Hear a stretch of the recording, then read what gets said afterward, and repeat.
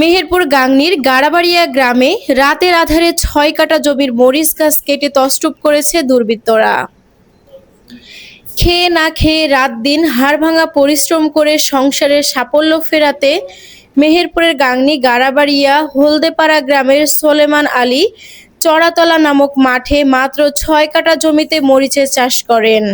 পরিশ্রমের ফসল ফলবে সেই সময় গতকাল ২ জুন দিবাগত রাতের আধারে কে বা কাহারা উক্ত জমির অধিকাংশ মরিচ গাছ কেটে বিনষ্ট করেছে দুর্বৃত্তরা। সে গাড়াবাড়িয়া গ্রামের মৃত দাউদ দফাদারের ছেলে। আজ সকালে উক্ত মরিচের জমিতে পরিচর্যা করতে গিয়ে জমিতে লাগানো কাটা মরিচ গাছ দেখে মাথায় যেন বাজ ভেঙে পড়ে। এ বিষয়ে Dhala police camp in charge Nasir Uddin বলেন, আমাদের কাছে কেউ কোনো অভিযোগ দায়ের করেননি। অভিযোগ পেলে তদন্ত সাপেক্ষে আইনগত ব্যবস্থা নেওয়া হবে বলে তিনি জানান। আমার এই জমি ৬ কাঠা জমি।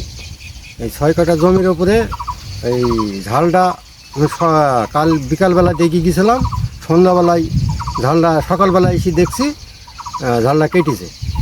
মানে বিদ্যুৎ টানতে এসে ঘুড়াকে নিড়াতে এসে দেখছি কি এই অবস্থা। আমি আরও মানুষজনকে দেখালাম, দেখানোর পরে আমি এই নিয়ে এসি দেখেন এই ভিডিও করি দেখ।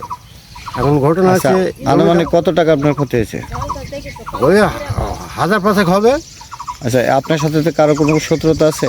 সূত্রটা আছে, ওই কামরুল আছে, কামরুল বাবার নাম হচ্ছে ইব্রাহিম, আর কি কামরুল হারিস, এরা সূত্র। মানে জমি নিয়ে আমাদের নামেও কেস করেছে। আপনি এখন কি চাচ্ছেন প্রশাসনের? এখন আমি বিচার চাই, এই ঝাল কাটার বিচার চাই।